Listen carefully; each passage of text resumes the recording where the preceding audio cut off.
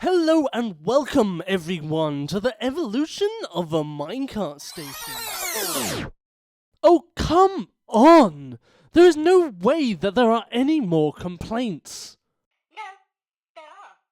There are still some complaints that haven't been addressed. What now?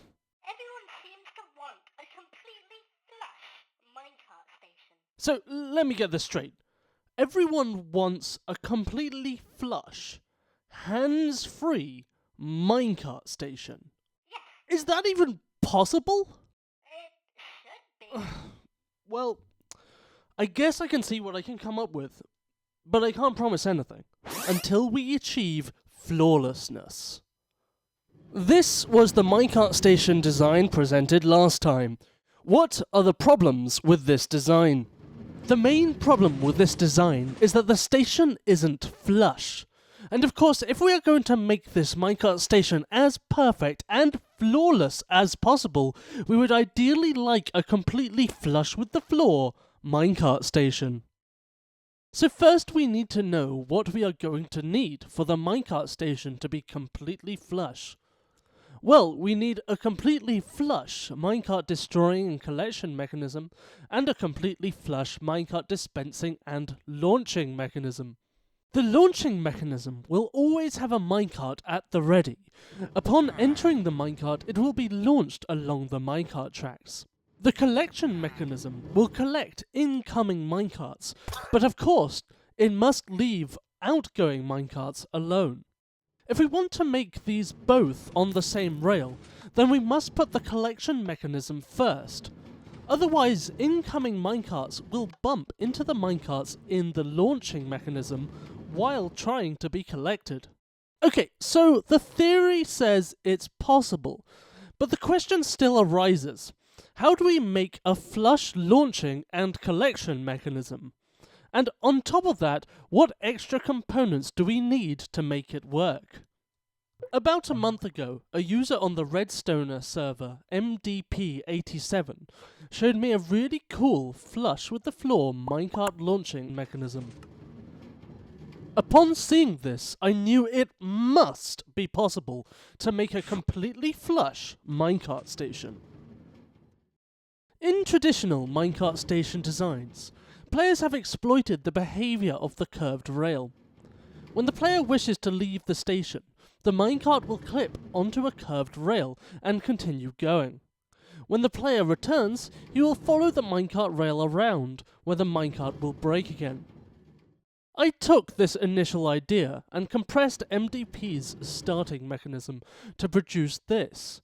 We have the curved rail as before, but this time, when the minecart is diverted by the rail, pistons will extend from the ground, aligning it, and another piston will retract the floor, allowing it to fall down and to be collected with hoppers. To make sure the mechanism only fires once, we have a direction detector at the end of the station. This way, only incoming minecarts will trigger the collection mechanism. However, this minecart station has one even greater, glaring problem. The whole point of a flush minecart station is that it looks nicer. Most flush redstone designs are often the most beautiful, but to be honest, this isn't very beautiful in my opinion. I mean, sure, you can decide to use exactly which block types you want to use in the majority of this build, but the curved rail really ruins it for me. The curved rail is almost like an additional redstone component. It looks ugly. So I thought for a while and devised another method, which would keep the minecart station both working and attractive. First we take Deco's soul sand minecart collection mechanism and sandwich it between the rails and the launching mechanism. Now, when we place a rail on top of the soul sand, minecarts will roll right over. However, when we move the rail off the soul sand with a piston, the minecarts will fall down and get collected. The piston itself can be hidden in the ground, and the trickiest part is really trying to power it. So I began to work on my first design. Since I'm not the best at redstone, I decided to make a command block system to do the complicated redstone for me. After all, I just wanted to show the concept. So here was my design for the flush with the floor minecart station. As an incoming minecart comes into the station, it runs over a direction detector, which in turn removes the floor and puts the piston opposite the rail. Then a quintuple piston extender pushes a redstone block on top of a slime tower out of the ground, extending and retracting the piston twice. Finally, the floor is replaced and the system reset. I originally thought this was pretty much impossible to do in vanilla survival.